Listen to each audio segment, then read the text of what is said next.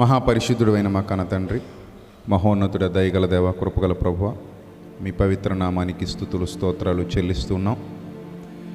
తండ్రి, ఉదయకాల సమయంలో మమ్మల్ని అందరినీ సజీవుల లెక్కలో ఉంచి మరలా మేమందరం ఇక్కడ సమకూర్చబడడానికి మీరు ఇచ్చిన గొప్ప అవకాశాన్ని బట్టి ఏమిచ్చి మీ రుణం తీర్చుకోగలం తండ్రి. వస్తున్న పిల్లలందరినీ దీవించండి, ఆశీర్వదించండి.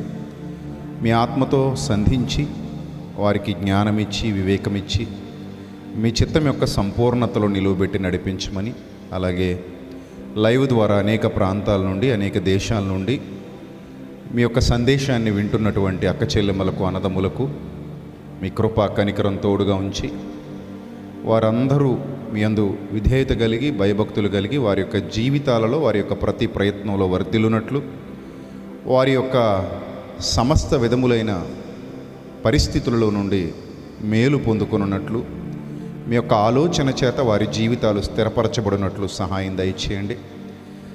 మీ మాటలతో మా యొక్క ఆత్మీయ జీవితాలు కట్టుకుంటున్నాం, మీ సన్నిధిలో నిలబడుతున్నాం.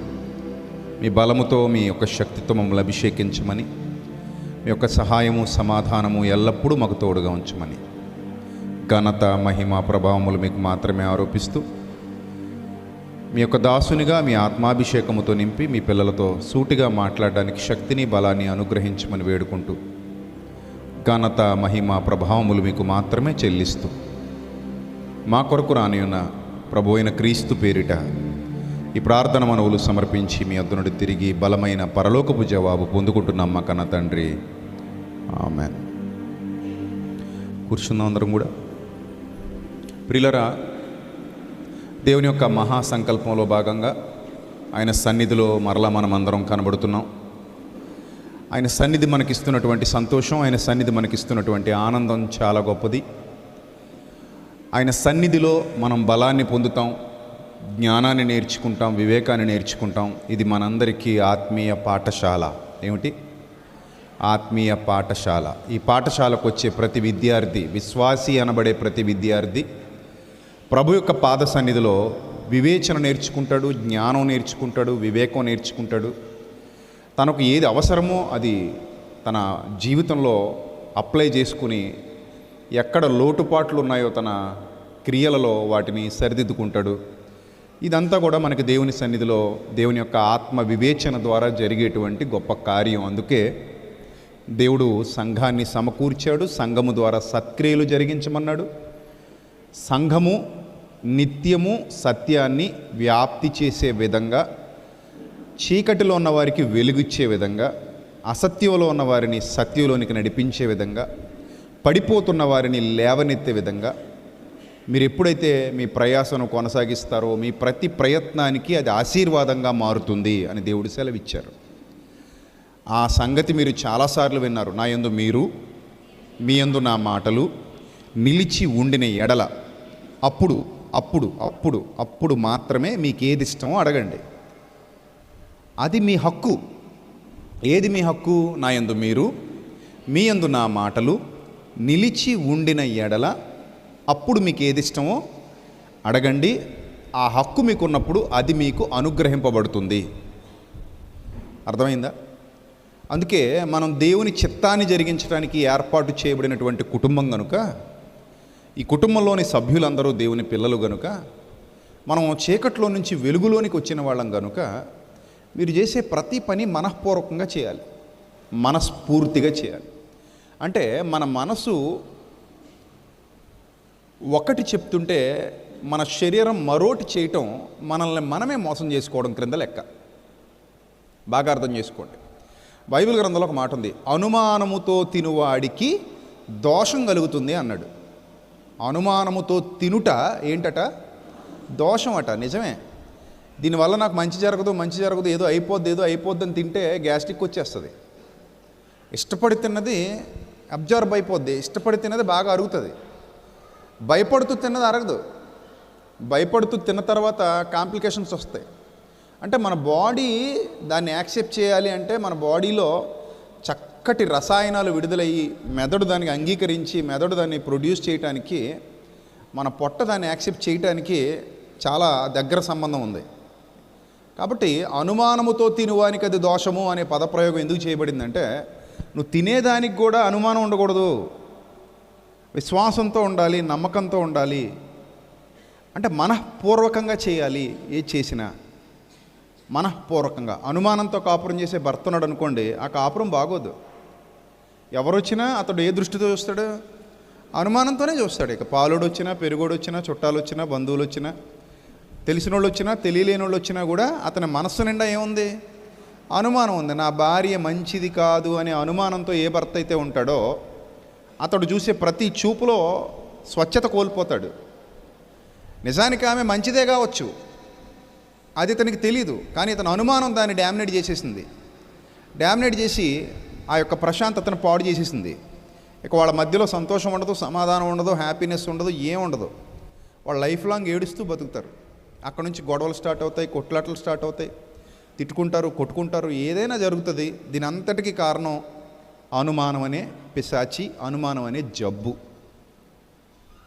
సో మనం ఏది చేసినా మనఃపూర్వకంగా చేయాలి. దేవుని సన్నిధికి వస్తున్నావా, మనస్ఫూర్తిగా రావాలి. మా ఆవిడ బుర్ర తినేస్తుందని వస్తున్నానండి, మా ఆయన ఇబ్బంది పెడుతున్నాడని వస్తున్నానండి, నాకైతే ఈరోజు రావడం ఇష్టం లేదండి, క్రికెట్ మ్యాచ్ ఉందండి, నాకైతే ఈరోజు అసలు అక్కడ కూర్చోవడం కూడా ఇష్టం లేదండి, మంచి పెళ్ళి ఉందండి మా వాళ్ళది, మా చుట్టాల బంధువులది ఫంక్షన్ ఉందండి, అక్కడికి పోదాం అనుకున్నాను కానీ తప్పక వచ్చానండి. ఇలాగా ఎవ్వరూ దేవుని సన్నిధికి ఎప్పుడూ రాకండి. ఒకవేళ మీరు దేవుని సన్నిధికి వస్తే మనస్ఫూర్తిగా రండి. మనస్ఫూర్తిగా మీకు అంత అద్భుతమైన ఆలోచన ఉండాలి. నేను దేవుని సన్నిధికి వెళ్ళాలి, అక్కడ వాక్యం వినాలి, బలపరచబడాలి, స్థిరపరచబడాలి, నేను దేవుని వాక్యాన్ని ధ్యానించాలి, ప్రేమించాలి, తీసుకోవాలి అనే విశ్వాసపు స్థాయి నీలో రోజు రోజుకి పెరగాలి తప్ప ఏదో తప్పక అవసరం కోసం బలవంతంగా ఇబ్బంది పడుతూ దేవుని సన్నిధికి రావడం అది మనఃపూర్వకంగా చేసే భక్తి కాదు. మీరు ఏది చేసినా మనస్ఫూర్తిగా చేయాలి, మొక్కుబడిగా దేన్ని చేయొద్దు. అలాగే మీరు దేవుని పనికి సహకరించాలనుకున్నా కూడా మన దగ్గర ఉన్న వాటిలో అత్యంత హీనమైనది, అత్యంత చీప్గా ఉండేది, అత్యంత వ్యర్థమైన దాన్ని ఏదో దేవుని పరిచర్యకి సహకరించాలి కదా అని తీసుకుని రావడం కూడా మంచి పద్ధతి కాదు. మొత్తానికి మానేయడం మంచిది. దానికంటే బాధతో, ఆవేదనతో, తప్పక ఏదో పడేద్దాంలే అన్నట్టుగా చేసేది అది మనఃపూర్వకంగా చేసే పరిచర్యకి చేసే సహకారం కాదది. ఇలాంటి లక్షణాలు ఏ ఉన్నా సరే హృదయ రహస్యాలు ఎరిగిన దేవుడు మనల్ని అంగీకరించడు.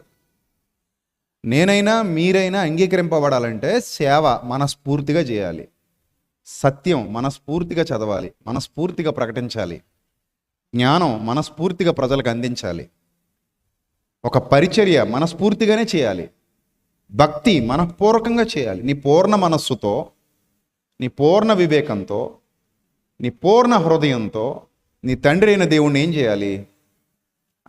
సేవించాలి, ఆరాధించాలి, గణపరచాలి, ఆయన్ని మహిమపరచాలి. ఏం చేసినా పూర్తి ఏకాగ్రతతో, పూర్తి స్వచిత్తంతో, పూర్తి నమ్మకంతో, పూర్తి విశ్వాసంతో, అక్కడే 100% హృదయాన్ని మనస్సును కేంద్రీకరించి నువ్వు ఆ పని చేయాలి, ఆ పరిచర్యలో వాడబడాలి. అంతే తప్ప వేరే ఏ ఉద్దేశాలు అక్కడ ఉండటానికి వీల్లేదు. ఎందుకంటే ప్రేమ, యేసుప్రభు వారు నిన్ను నన్ను ప్రేమించినప్పుడు, ఆయన మన పట్ల ప్రేమ చూపించినప్పుడు ఆ ప్రేమలో సంపూర్ణత ఉంది. ఆ ప్రేమలో ఏముంది? సంపూర్ణత ఉంది. అరకొరగా ఆయన లోకాన్ని ప్రేమించలేదు, అరకొరగా ఆయన ప్రజల కొరకు బలియాగాన్ని జరిగించలేదు, అరకొరగాను క్షమించలేదు. యేసుప్రభు వారి క్షమాపణ సంపూర్ణ క్షమాపణ. అందులో తక్కువలు ఉండవు, తగ్గించటాలు ఉండవు, డిస్కౌంట్లు ఉండవు, ఏముండవు. యేసుక్రీస్తు ఒక పాపిని క్షమించాడు. ఎలా క్షమించాడు అంటే, ఒక 90 పాపాలు క్షమించాడండి, 10 పాపాలు అట్టే పెట్టాడండి అని ఎవడైనా అంటాడా? నువ్వు అనుకుంటావు అలాగా? ప్రభువా నా పాపాలు అన్నీనా కొన్నేనా? ఎన్ని తీసేసావు ప్రభువా? ఎన్నింటిని మరిచిపోయావు? ఎన్నింటిని క్షమించావు? నేను బాప్తిస్మం పొందాను, ఎన్ని పాపాలు క్షమించబడ్డాయి? 90% క్షమించబడ్డాయి ప్రభువా, 50% క్షమించబడ్డాయి ప్రభువా, అని అంటే అది మూర్ఖత్వం. 100% నువ్వు ఎప్పుడైతే మారు మనసు పొంది పాపక్షమాపణ కోసం ప్రభు పాదాల చెంతకు వచ్చావో అక్కడితో నీ పాతవి గతించెను అని వ్రాయబడింది వాక్యంలో. ఏమని వ్రాయబడింది? పాతవి గతించెను, సమస్తం ఇప్పుడు ఏమైనాయట? నూతనమైపోయినాయి, కొత్తవైపోయినాయి. ఇది నూతన. మీరు క్రీస్తునందు ఉన్న ఎడల మీరు నూతన సృష్టి. క్రీస్తు యేసునందు ఉన్నవారందరూ నూతనంగా సృష్టింపబడ్డవారు. మీరు నూతన సృష్టి చేశాడు ఆయన. ప్రభు ద్వారా సృష్టింపబడిన జీవితాలు మనవి. ప్రభు ద్వారా కట్టబడుతున్న జీవితాలు, ప్రభు తన స్వరక్తం ఇచ్చి సంపాదించిన జీవితాలు. మీరు పరిపూర్ణంగా క్షమించబడ్డారు, అరాకొరా కాదు. అప్పుడప్పుడు మనుషులు కూడా మనుషుల్ని క్షమిస్తుంటారు. ఇంట్లో వాళ్ళు కావచ్చు, బయట వాళ్ళు కావచ్చు, మనుషులు కూడా మనుషుల్ని క్షమిస్తుంటారు. ఏ రకమైన క్షమాపణ తెలుసా? అది కండిషన్స్ అప్లై అనే క్షమాపణ ఉంటుంది. కండిషన్స్ అప్లై అంటే క్షమించాను కానీ మాట వరుసకే, మనసులో మాత్రం ఇంకా ఏదో ఉంది. నీ నాశనం చూడాలని మనసు తహతహలాడుతుంది, నీ అంతు చూడాలని మనసు తహతహలాడుతుంది, నిన్ను ఏదో రకంగా ఇబ్బంది పడితే చూడాలని కూడా మనసు తహతహలాడుతుంది. కానీ మాట వరుసకి ఏం చేసావు? క్షమించావు, కలిసి ఉంటున్నావు, క్షమించావు, మాట్లాడుతున్నావు, ఎదురు పడితే నవ్వుతున్నావు కూడా. కానీ లోపల ఇంకా పూర్తిగా నీ మీద క్షమాపణ రాలేదు. అంటే ఇదివరకట్లా ప్రేమించలేకపోతున్నావు, ఇదివరకట్లా మాట్లాడలేకపోతున్నావు, ఇదివరకట్లా ఉండలేకపోతున్నావు. అంటే లోపల ఇంకా ఆ జబ్బు అలాగే నిలిచి ఉందన్నమాట. దేవుడు మానవుడి లాంటి వాడు కాడు. దేవుడు క్షమిస్తే పరిపూర్ణంగా క్షమిస్తాడు. నువ్వు ఒక్కసారి మారు మనసు పొంది ఆయన పాదాల చెంతకు వచ్చావా, నీకు సంపూర్ణ విడుదల దొరికేసినట్టే, సంపూర్ణ క్షమాపణ దొరికేసినట్టే. ఇక మరలా నీ పాపములు నేనెన్నడును జ్ఞాపకము చేసుకొనను అంటే అది పరిపూర్ణమైన క్షమాభిక్ష, పరిపూర్ణమైన క్షమాపణ, పరిపూర్ణమైన విడుదల, పరిపూర్ణమైన అంగీకారం. 100% నిన్ను ప్రభు అంగీకరించేశారు. నువ్వు నా బిడ్డవి అని స్వీకరించేశారు. నువ్వు నా దానవు, నా వాడవు అని ప్రభు నిన్ను హక్కున చేర్చుకున్నారు. అలాంటి ఒక పరిపూర్ణమైన క్షమాపణనే ప్రభు సర్వమానవాళికి అనుగ్రహించాడు తప్ప ఏదో లెక్కలతో కూడినది, కొలతలతో కూడినది ఇవ్వలేదు. దేవుడు ఇవ్వలేదు. ఆయన మనఃపూర్వకముగా నిన్ను ప్రేమించినప్పుడు, మనఃపూర్వకముగా నిన్ను అంగీకరించినప్పుడు, ఆయన నుండి మనం ఏదైతే తీసుకుంటున్నామో మనం ఆయనకు ఇచ్చేది కూడా ఎలా ఉండాలి? అలాగే ఉండాలి, మనఃపూర్వకంగానే ఉండాలి.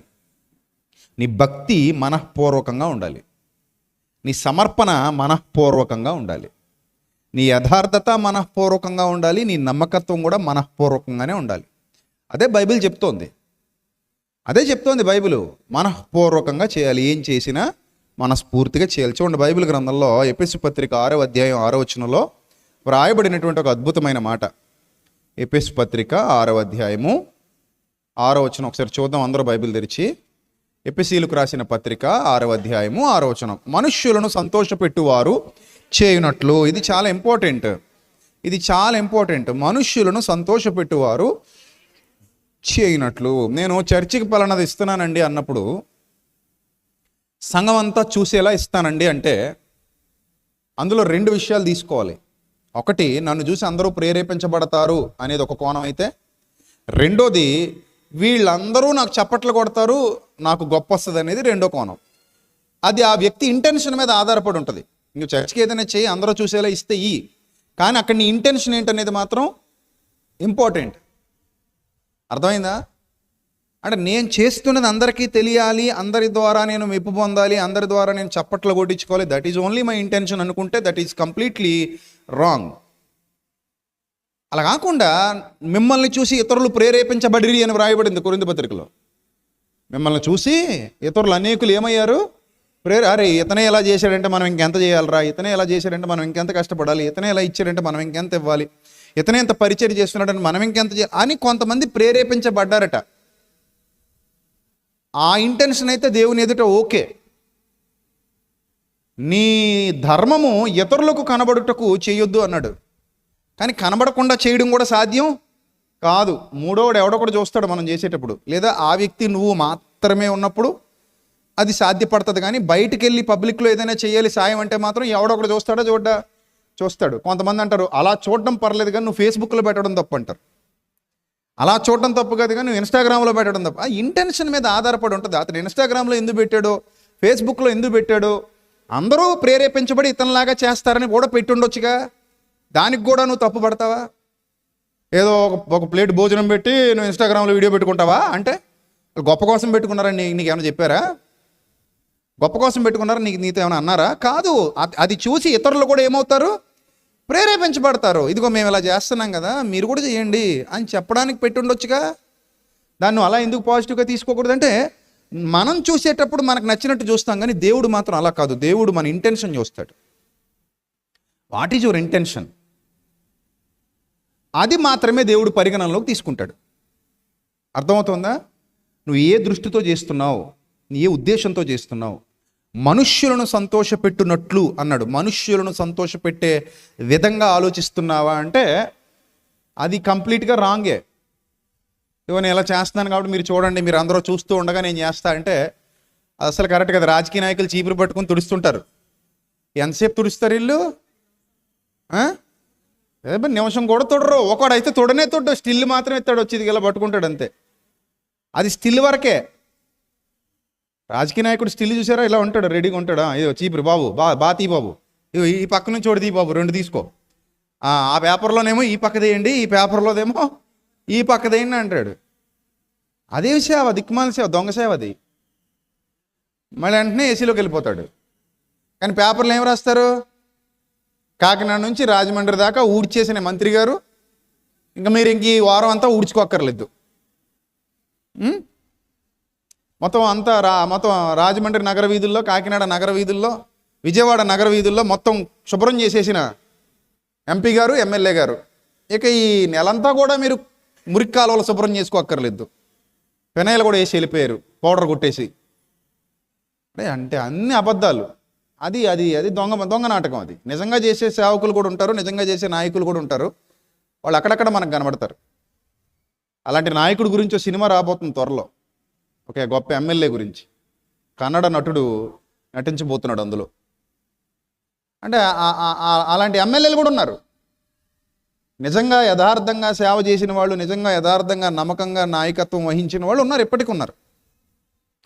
సో మనుష్యులకు కనబడాలి అని మనుషులు అనుకుంటే పర్లేదు, కానీ దేవుని పిల్లలుగా మీరు కొంచెం ఓ మెట్టు పైన ఉండాలి తప్ప కిందకి దిగజారిపోకూడదు. మీరు ఏదైనా చేయండి, కానీ మనుష్యులను సంతోషపెట్టే విధంగా కాదు. అర్థమైందా? మనిషి చూడాలి, మనిషి మనల్ని గుర్తించాలి, మనిషి మనల్ని శభాష్ అనాలి, మనిషి అంటేనే నేను చేస్తా, అది కాదు, అదొద్దు. నువ్వు మనస్ఫూర్తిగా ఏం చేస్తావో చేసుకుంటూ వెళ్ళిపో. ఆయన చూస్తుంటాడు, ప్రతిఫలం ఇస్తుంటాడు, జరుగుతూ ఉంటుంది. అది నిరంతరం ప్రక్రియ, నిరంతరం జరిగే ప్రక్రియ అది.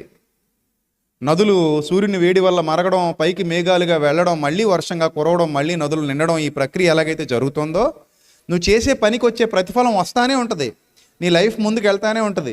పెళ్ళి అవుతుంది, నీకు పిల్లలు పుడతారు, వాళ్ళు పెద్దోళ్ళు అవుతారు, వాళ్ళు ఉత్తీర్ణులు అవుతారు, వాళ్ళ పెళ్ళిళ్ళు చేస్తావు, మనవల్ని ఎత్తుకుంటావు, ముసలిదాని అవుతావు, ముసలోడు అవుతావు, చచ్చిపోతావు. ఈ రొటేషన్ అంతా ఎలాగైతే జరుగుతూ ఉంటుందో, ఈ క్రమం అంతా ఎలా అయితే జరుగుతూ ఉంటుందో, ఈ క్రమంలో దేవుడు నీకు ఆ తగిన కాలంలో, తగిన విషయాలకు, తగిన సమయంలో, తగిన విధంగా ఆయన ఇవ్వాల్సింది ఇస్తూనే ఉంటాడు. నీకు ఆపడు. ఆపితే ఆయన దేవుడు కాదు. ఆయన మంచివారికి చెడ్డవారికి కూడా ఏం చేస్తాడు? మేలే చేస్తాడు. బట్ ఇంకొంచెం అధికంగా ఆయన కాన్సన్ట్రేషన్ నీ మీదకి రావాలంటే నువ్వు కొంచెం అధికంగా ఆయన కనబడేలా భక్తి చేయాలి, అంతే. అందరిలో ఒకడవడం, అందరిలో ఒకరవడం, అందరిలో ప్రత్యేకింపబడటం, రెండింటికి తేడా ఉందా? పిల్లలు ప్రపంచంలో చాలామంది ఉంటారు, అందరూ పిల్లలే, కానీ మన పిల్లలు కాదు. ఫర్ యువర్ ఇన్ఫర్మేషన్, ప్రపంచంలో ఉన్న వాళ్ళు అందరూ పిల్లలే, కానీ నీకు ప్రత్యేకం ఎవరు? నీ పిల్లలు. అవునా? అలాగే దేవునికి ప్రత్యేకమైన వ్యక్తిగా, అర్హమైన పాత్రగా నువ్వు మారాలి అంటే నీ భక్తి జీవితంలో కొంత తీవ్రత కనబడాలి. నీ భక్తి జీవితంలో కొంత తీవ్రత, యథార్థత, నమ్మకత్వం, నిశ్చలత్వం, స్థిరత్వం ఇవి కనబడినప్పుడు హెచ్చింపబడతాం. మనల్ని ఎవడ ఆపలేడు. కొన్ని వేల మంది, నేను సేవలోకి వచ్చిన దగ్గర నుంచి వేలు కాదులేండి, కొన్ని వందలు అనుకుంటానేమో, కొన్ని వందల మంది ఏదో విధంగా చెడ్డ చేయాలి, పడగొట్టాలి, ఆపాలి అని ప్రయత్నించిన వాళ్ళు నాకు కూడా తెలుసు. కానీ దేవుడు ఒక్కడు, నాయనా నువ్వు దూసుకెళ్ళిపో, నేను ఉన్నా నీ వెనక అని అంటే ఎలా ఉంటుందో అలా ఉంటుంది మన జీవితం. మరి అంతే కదా, నువ్వేమి ఆగవు నాన్న, నేను ఎవడు ఆపలేడు, ఎక్కడ ఆపలేడు, నువ్వు ఎక్కుతూనే ఉండు, నేను ఎక్కిస్తూనే ఉంటా, నేను ఎక్కలేనంత ఎత్తైన కొండపైకి నన్ను ఎక్కించుము అన్నాడు దావీదు. ఆయన ఎక్కిస్తాడు. మనుషులు ఆపాలనుకున్న చోట దేవుడు పరిగెత్తింపజేస్తాడు. నడకన ఆపాలనుకుంటారు మనుషులు, కానీ వాళ్ళు చూస్తుండగానే దేవుడు ఏం చేస్తాడు? పరిగెత్తేలా చేస్తాడు. అంత గొప్ప ప్రభువు మన ప్రభువు. అలా నడక ఆపాలనుకుంటారు, అక్కడ నీ పేక నొక్కాలనుకుంటారు, నీ కాళ్ళు విరగొట్టాలనుకుంటారు, కానీ వాళ్ళు చూస్తుండగా నువ్వు ఏం చేస్తావు? పరిగెత్తుకుంటూ ముందుకెళ్తావు, పరిగెత్తుకుంటూ ముందుకెళ్తావు. అది నీ భక్తి నీకు ఇవ్వాల్సినటువంటి బహుమానం. అది నీ భక్తిలో నువ్వు పొందుకోవాల్సినటువంటి బహుమానం. వేల కళ్ళు నిన్ను చూసి ఏడుస్తున్నా ప్రభు ఆ కళ్ళ కాంతుల మధ్యలో మిరుముట్లు గొలిపేలాగా వాళ్ళకి వెలుగును చూపించి నిన్ను ఆకాశం వైపు తీసుకెళ్తాడు. ఎక్కడ నిలబెట్టాలో అక్కడ నిలబెట్టుకుంటాడు. కాసింత భక్తి తీవ్రత నీలో పెరిగితే చాలు, కాసింత యథార్థత నీకు తోడైతే చాలు. ఆవగింజంత విశ్వాసం అన్నాడు, అంతే. ఎంత ప్రేమ గలవాడు చూడండి. తాటికాయంత అని కూడా అనలేదు. విశ్వాసం గురించి మాట్లాడుతున్నప్పుడు, నా పిల్లలారా మీకు గుమ్మడికాయంత విశ్వాసం ఉంటే తప్ప మీరు అనుకున్నవి జరగవు నాయనా, మీకు తాటికాయంత విశ్వాసం ఉంటే తప్ప మీరు అనుకున్నవి అవ్వవు నాయనా అని అనలేదు ఆయన. ఏమన్నాడు ఆయన? రే ఆవగింజంత. కనీసం మనకు ఆవగింజంత కూడా లేదు. అంటే మనకంటే అందరికి కాదు, కొందరి గురించి మాట్లాడుతున్నాను. కొందరికి ఆవగింజంత కూడా ఉండదు, ఎందుకో మరి కదా. ఆవగింజంత విశ్వాసం ఉంటే చాలు, ఆయన పని జరిగిస్తాడన్నాడు. అన్నాడా? సో కాబట్టి నువ్వు ఏది చేసినా మనస్ఫూర్తిగా చెయ్యి, మనస్ఫూర్తిగా చెయ్యి. చదువుదా మాట. ఎపిస్ పత్రిక. మనుష్యులను సంతోషపెట్టువారు చేయనట్లు కంటికి కనబడుటకే కాక, అంటే కంటికి కనబడకుండా ఉండదు. కొన్ని కంటికి కనబడాలి, కనబడతాయి కూడా, వినబడతాయి కూడా, చూస్తారు కూడా. బట్ ఇంటెన్షన్ ఇంపార్టెంట్ అని చెప్పాను కదా. కంటికి కనబడుటకే గాక క్రీస్తు దాసులమని ఎరిగి. పనిచేసేవాడు మా ఓనర్ గారు చూస్తున్నారండి, అయితే పని చేద్దామండి. ఓనర్ గారు చూడలేదా? లేదు, పడుకున్నారండి, అయితే మనం పడుకుందామండి. ఏం పనుడు? ఏం పనుడు చెప్పండి? దొంగ పనుడు. కరెక్ట్గా చెప్పారండి. ఏం పనుడంట? దొంగ పనుడంట. అంటే మా ఓనర్ గారు చూస్తున్నారు కాబట్టి బాగా చేయాలి, మా ఓనర్ అమ్మ చూస్తుంది కాబట్టి బాగా చేయాలి, వాళ్ళు చూడలేదు కాబట్టి గొరకేసేయాలి. అది నిజమైన పనివాని లక్షణం కాదు. ఏదో ఒక రోజు సీక్రెట్ రివీల్ అయిపోద్ది. సీక్రెట్ రివీల్ అయిపోయినప్పుడు నీ ఓనర్కి లేదా మీ ఓనర్ అమ్మకి నీ మీద ఉన్న నమ్మకం పోద్ది, చచ్చిపోద్ది. ఏదో అనారోగ్యం వచ్చినప్పుడు, ఆపద వచ్చినప్పుడు వాళ్ళు పట్టించుకోరు. కానీ నీ కన్ను గప్పి నీ కనబడకుండా వాళ్ళు మ్యాజిక్లు చేస్తున్నారు, జిమ్మిక్లు చేస్తున్నారు, ట్రిమ్మిక్లు చేస్తున్నారు, మనల్ని ఓవరాల్గా మనల్ని తెంగరోళం చేస్తున్నారన్న విషయం వాళ్ళకి అర్థమైంది అనుకోండి, ఖచ్చితంగా ఏదో ఒక రోజు నువ్వు రావాల్సిన వాటిని కోల్పోతావు. వాళ్ళు ఇవ్వాలనుకున్నవి కూడా నీకు ఇవ్వరు.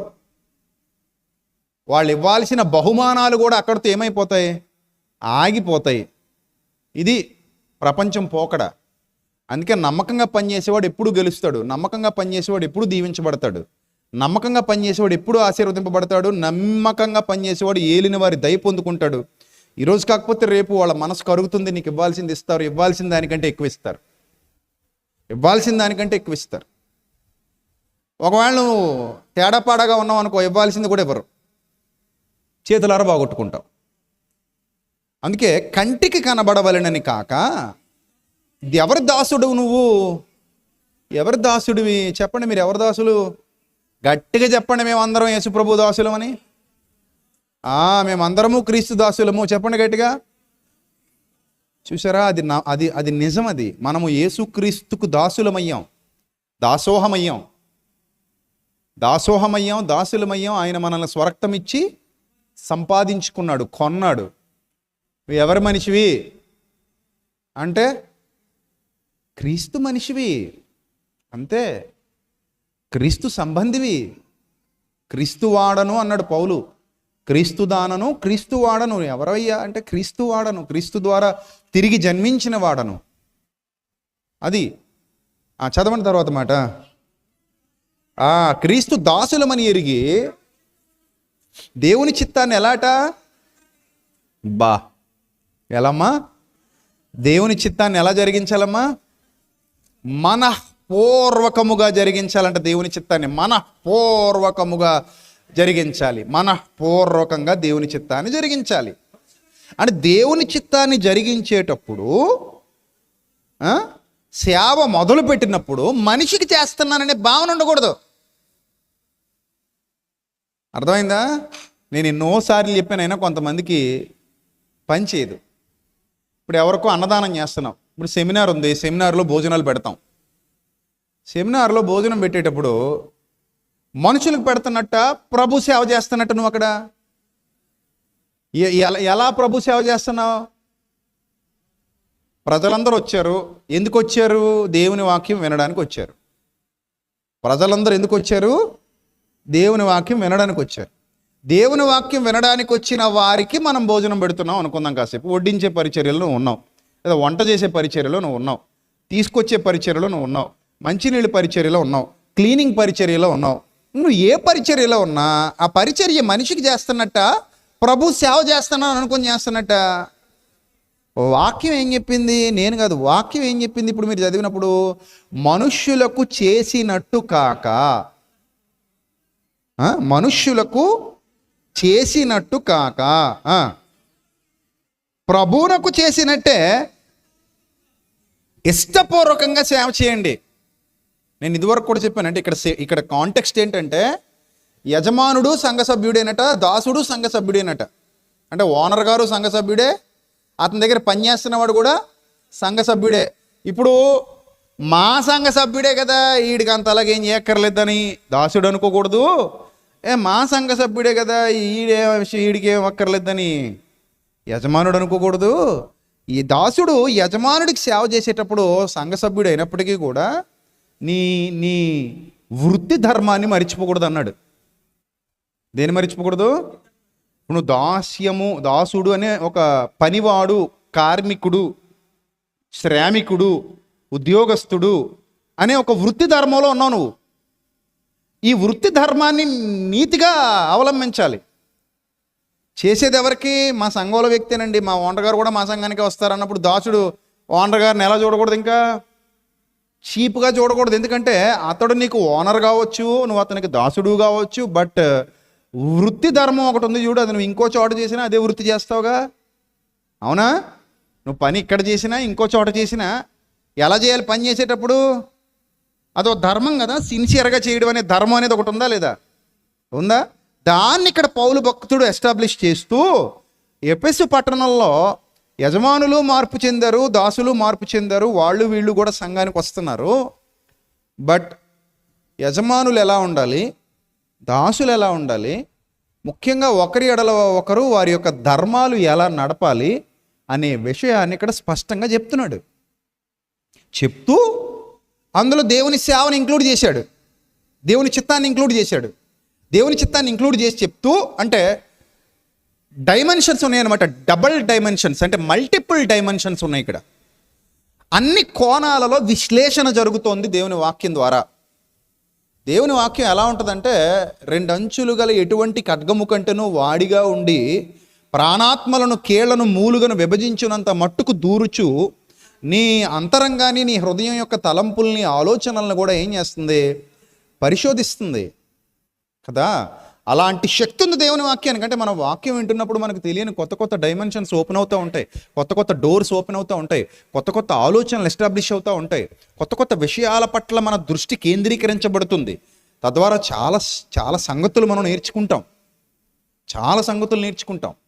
రైట్? ఇప్పుడు మీరు జాగ్రత్తగా గమనించండి. మనఃపూర్వకంగా దేవుని చిత్తాన్ని ఎలా జరిగించమంటున్నాడు?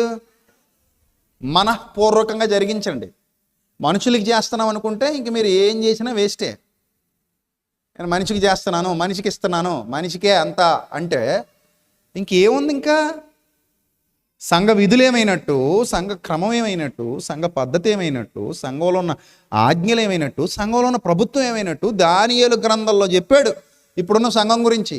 ఈరోజుది కాదు సంఘం, దానియేలు గ్రంథంలో రాయబడింది. ఈ రాజ్యమునకు అంతం లేదు, సూర్యుడు నిలిచి ఉన్నంత వరకు ఈ రాజ్యం ఇలాగే నిలిచి ఉంటుంది, సంఘం ఉంటుంది. సంఘం ద్వారా కార్యక్రమాలు జరుగుతూనే ఉంటాయి. అయితే సంఘానికి శ్రమలు వస్తే రావచ్చు, కొన్ని చోట్ల వచ్చినా కూడా తట్టుకొని నిలబడాలి. సంఘం వృద్ధి పొందుతూ ఉండాలి. అర్థమైందా? సంఘం బలపడుతూ ఉండాలి, సంఘం స్థిరపడుతూ ఉండాలి. సంఘం ద్వారా జరిగే కార్యక్రమాలు ఘనంగా జరుగుతూనే ఉండాలి. నేనేంటి చీపురు పట్టుకోవడం ఏంటి, నా స్టేటస్ నీకు తెలుసా అని అనకూడదు. నీ స్టేటస్ బయట.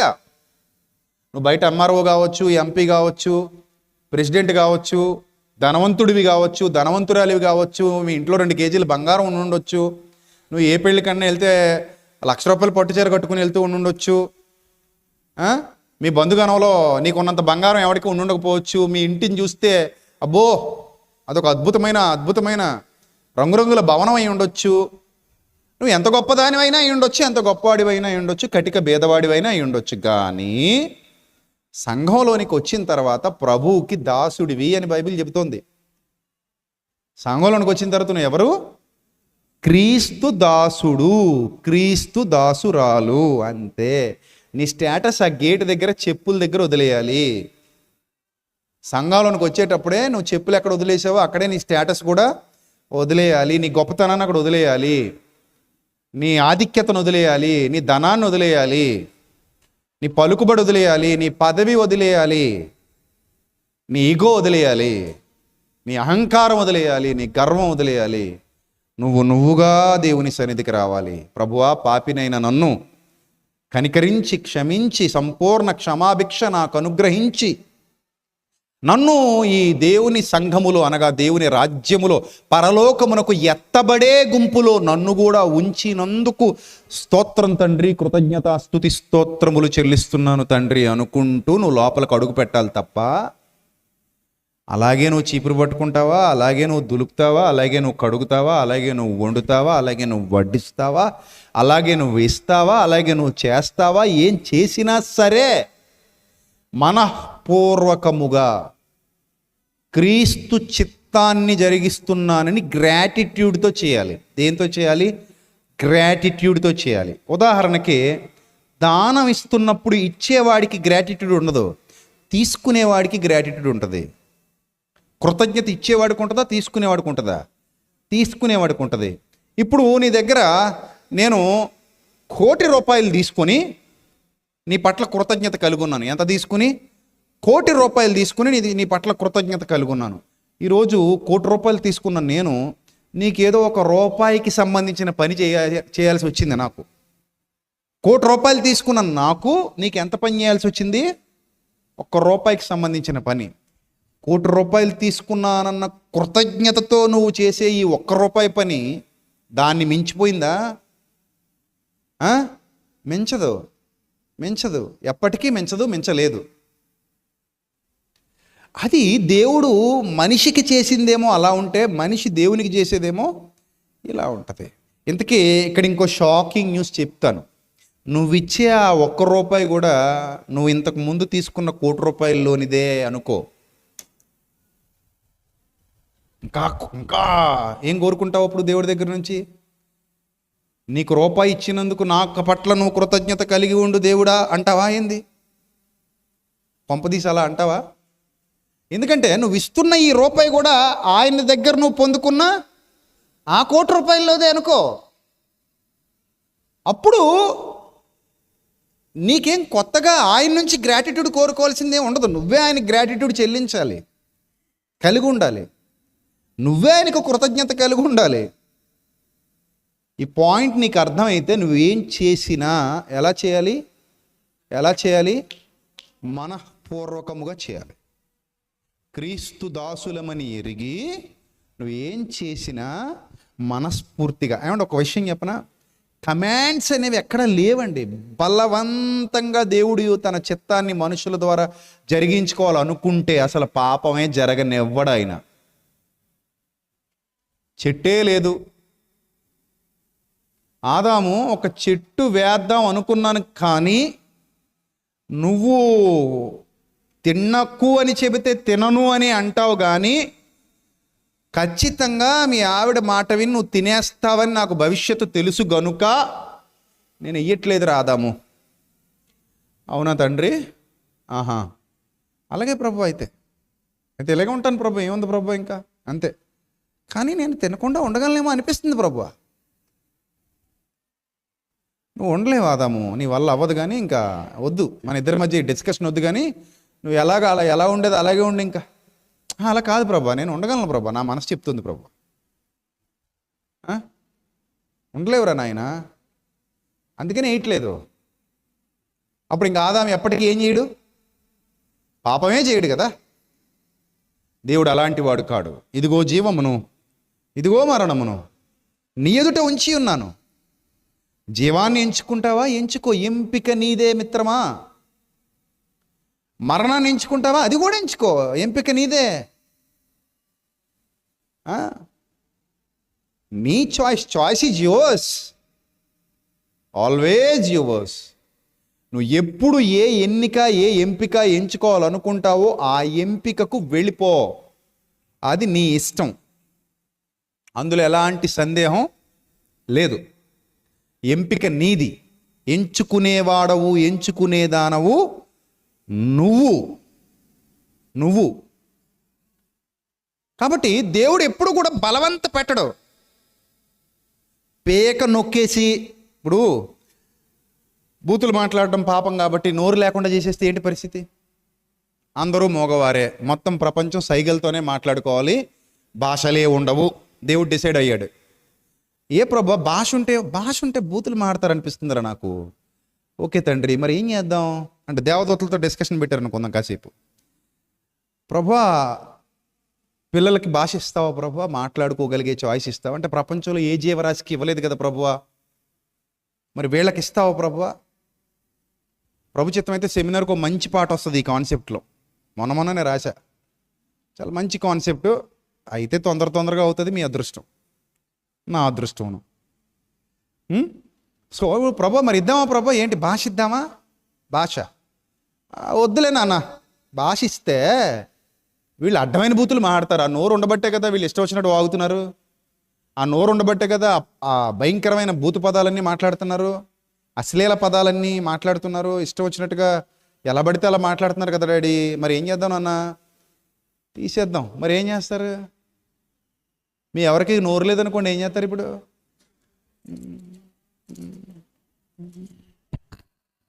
ఇంతే, లేదా ఇలా అంటారు పాప.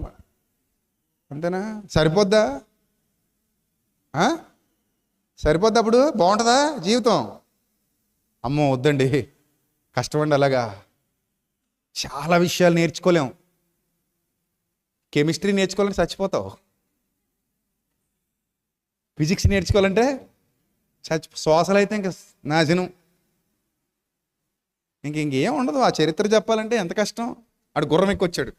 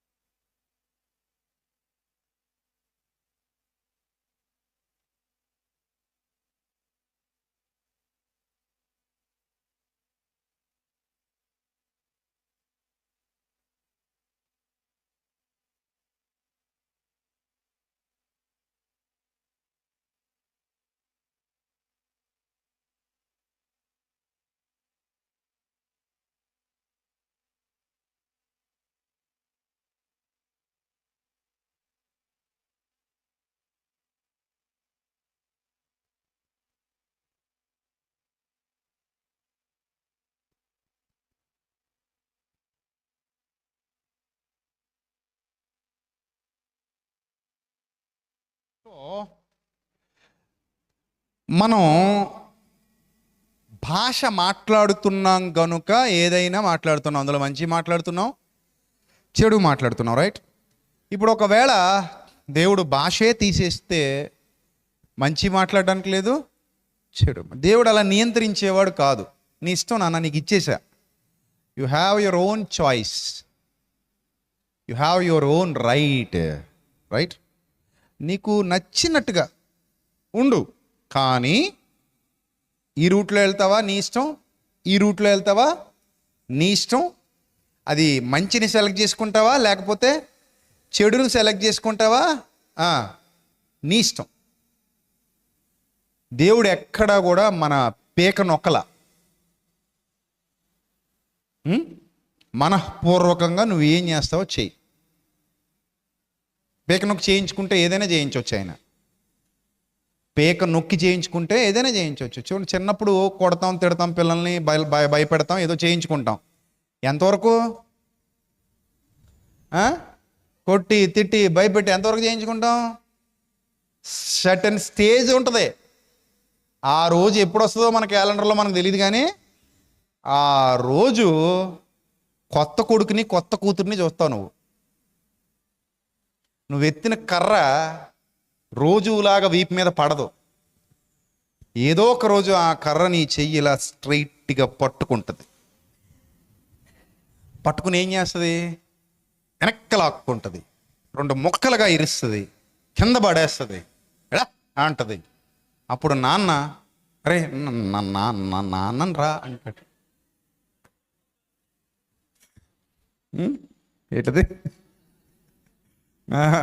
వణుకుతాడు నాన్న. ఒరే నాన్న వణికించేస్తానే ఏందిరా, కొడతావా ఏంది అంటాడు.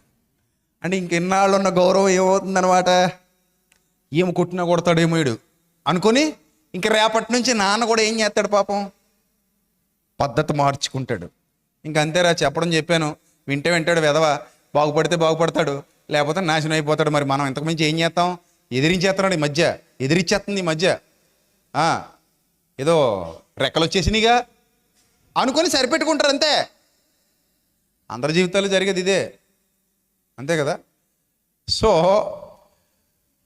ఒకరిని నియంత్రించడం అనేది వాళ్ళ స్వేచ్ఛను నియంత్రించడం లాంటిది. ఆ స్వేచ్ఛ లేనప్పుడు మనం మంచి చెడు అనే దానికి అర్థం లేదు. దేవుడు నీకు స్వేచ్ఛ ఇచ్చాడు. దేవుడు నీకు ఏమిచ్చాడు? స్వేచ్ఛ ఇచ్చాడు. అందుకే నువ్వు ఏం చేసినా మనఃపూర్వకంగా చేయాలన్నాడు. నువ్వు సేవ చేస్తున్నావా, మనస్ఫూర్తిగా చెయ్యి, మనఃపూర్వకంగా చెయ్యి. సేవ ఎలా చేయాలి? మనస్ఫూర్తిగా చెయ్యి. ప్రారంభం నుండి ఇదే ఆయన విధానం. ఎక్కడ ఎవరిని బలవంత పెట్టలేదు, కానీ ప్రతిఫలం మాత్రం ఇస్తానని చెప్పాడు. అర్థమైందా? నువ్వు మంచి చేస్తావో చెయ్యి, చెడు చేస్తావో చెయ్యి, కానీ దానికి ప్రతిఫలం మాత్రం ఐ విల్ గివ్ యూ. మంచి ప్రతిఫలమా మంచిది, చెడ్డ ప్రతిఫలమా చెడ్డది, అంతే. నువ్వు ఏం చేస్తావో ఆ ఫలాన్ని పోగొట్టుకుంది. నా పేరట వచ్చి వాడికి గిన్నెడు చన్నీళ్ళు ఇస్తే వాడు ఫలము పోగొట్టుకోడు. దేవుడు మాట అది. నేను ఆకలి కొంటేనే మీరు నాకు అన్నం పెట్టారు, నేను దప్పికొంటేనే మీరు నాకు దాహం ఇచ్చారు, నేను వస్త్రహీనుడినే ఉంటేనే మీరు నాకు వస్త్రం ఇచ్చారు, నేను మర్చిపోను దాన్ని. ప్రభువుని బట్టి మీరు చూపిన ప్రేమను మరుచుటకు దేవుడు అన్యాయస్తుడు కాడు. నువ్వు మోసగాడివేమో, మోసగత్తివేమో, కానీ దేవుడు మోసగాడు కాదు, మోసగత్తిగాడు. ఆయన ఎంతైనను నమ్మదగినవాడు,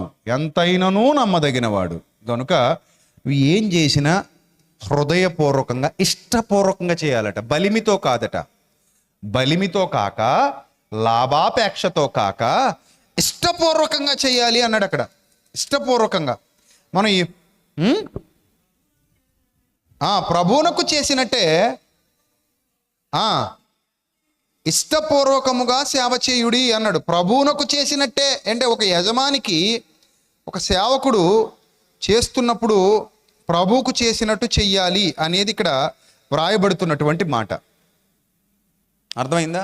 పాత నిబంధనలో కూడా ఆయన పని జరిగించుకోవాలనుకున్నప్పుడు బలవంత పెట్టలేదు. చూడండి, నిర్గమకాండం 25వ అధ్యాయము, నిర్గమకాండం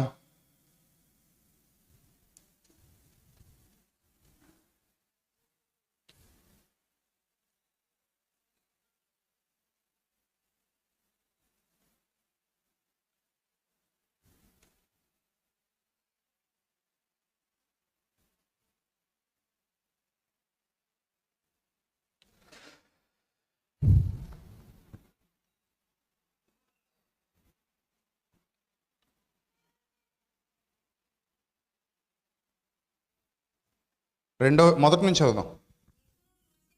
నిర్గమకాండం 25వ అధ్యాయము మొదటి నుంచి చదువుదాం. చూడండి. యెహోవా మోషేకు ఈలాగు సెలవిచ్చెను, నాకు ప్రతిష్టార్పణ తీసుకుని రండని ఇశ్రాయేలీలతో చెప్పు అన్నాడు. మోజెస్తో చెప్పాడు, ఇదిగో పిల్లలందరికీ చెప్పు, నాకు ప్రతిష్టార్పణ తీసుకురమ్మని చెప్పు అన్నాడు. నాకు ప్రతిష్టార్పణ తీసుకుని రండని ఇశ్రాయేలీలతో చెప్పుము. ఎవరి దగ్గర తీసుకోమంటున్నాడు దాన్ని? ఎవరైనా తెచ్చిస్తుంటేనట బలవంతంగా తెమ్మని చెప్పే అధికారం ఉందా లేదా దేవుడికి? ఎందుకు లేదండి, దేవుడండి ఆయన. బలవంతంగా కూడా తెమ్మని చెప్పే అధికారం ఉంది దేవునికి, కానీ ఎప్పుడు చెప్పలేదు ఆయన. Note this point. మీరు బలవంతంగా చేయాలి, బలవంతంగా ఇవ్వాలి, దేవుడు ఎప్పుడు చెప్పలేదు. ఏమన్నాడు తెలుసా? మనఃపూర్వకముగా అర్పించు ప్రతి మనుష్యుని యొద్ద కానీ ఎవరు నిన్ను మాయ చేయకూడదు, మోసం చేయకూడదు. ఈరోజు దేవుని సేవ ఎలా మారిపోయిందంటే మోసపూరితమైనదిగా మారిపోయింది. అది ప్రజలు గుర్తించలేకపోతున్నారు. నేను చెప్పినా కూడా ప్రజలకు అర్థం కావట్లేదు. చివరికి నేనేదో తప్పు చేస్తున్నాను అన్నట్టు భావిస్తున్నారు. మోసపోవద్దు అని చెబుతున్నా కూడా అర్థం కావట్లా. దీనివల్ల అన్యజనుల మధ్య, ఇతర విశ్వాసాలకు చెందిన వాళ్ళ మధ్య దేవుని నామ అవమానాల పాలవుతుంది. తెలంగాణలో కొత్త ఆయన బయలుదేరాడు, కొంచెం పొట్టుకుంటాడు. ఆయన పేరు నాకు తెలియదు, కానీ మోజెస్ ఏదో ఆయన పేరు నాకు సరిగా తెలీదు. అతగాడు 500 రూపాయల నోట్లు తెచ్చుకోండి, రేపు దేవుని సన్నిధికి వచ్చేటప్పుడు అందరూ 500 రూపాయల నోట్లు తెచ్చుకోండి అన్నాడు. Publicity, direct publicity. 500 రూపాయల నోట్లు తెచ్చుకోండి, అక్కడ నుంచి మీ అందరికీ 500 నోట్లకి అభిషేకం చేస్తాడంట. ఈ అభిషేకం చేయబడిన నోటు మీ ఇంట్లో ఉన్నంతకాలం మీ ధన సమృద్ధికి లోటు ఉండదని చెప్తున్నాడు మాయగాడు, మోసగాడు. ఇప్పుడు అతను మళ్ళీ వీళ్ళందరినీ నాకు డబ్బులు ఇవ్వండి అని అడుగుతాడు. ఇప్పుడు నా పాయింట్ ఏంటంటే, వాళ్ళందరూ 500 రూపాయల నోట్లు తెచ్చుకుని చచ్చుకొచ్చి నీ దగ్గర అభిషేకించుకుని వెళ్ళి మళ్ళీ నీకెందుకు డబ్బులు ఇవ్వాలి? నీ దగ్గర చాలా అభిషేకం ఉంది కదా, నీ ఇంట్లో 500 నోట్లు అభిషేకించుకుని పెట్టుకో, ఆటోమేటిక్గా అవి తెచ్చి పడతాయి నీకు. నీకు వీళ్ళు ఎవరు ఇవ్వక్కర్లేదు కదా, నువ్వే పెద్ద రిజర్వ్ బ్యాంకు కదయ్యా బాబు. అందరూ 500 నోట్లకి అభిషేకం ఇచ్చి ఆ 500 నోట్లు ఏమో పిల్లలు పెట్టేలాగా నువ్వు ఏర్పాటు చేస్తున్నప్పుడు నీ ఇంట్లో ఒక 500 నోట్లు నువ్వు పెట్టుకో, 10 పిల్లలు పెడుతుంటాయి, నీకు హ్యాపీగా నీ బతికెళ్ళిపోద్ది. నువ్వు ఎవరిని అడక్క ఇంకప్పుడు. మళ్ళీ అంటాడు కొత్త క్యాలెండర్ వచ్చేసింది, ఈ కొత్త క్యాలెండర్ ఇంట్లో పెట్టుకోండి, ఇది అభిషేకం చేసిన క్యాలెండర్, ఇది దీనివల్ల ఎన్నో అద్భుతాలు, ఎన్నో సూచక్రియలు, ఎన్నో మహత్కార్యాలు జరుగుతున్నాయి, ఇందులో మా ఆవిడ ఫోటో నా ఫోటో ఉందంటున్నాడు మహానుభావుడు.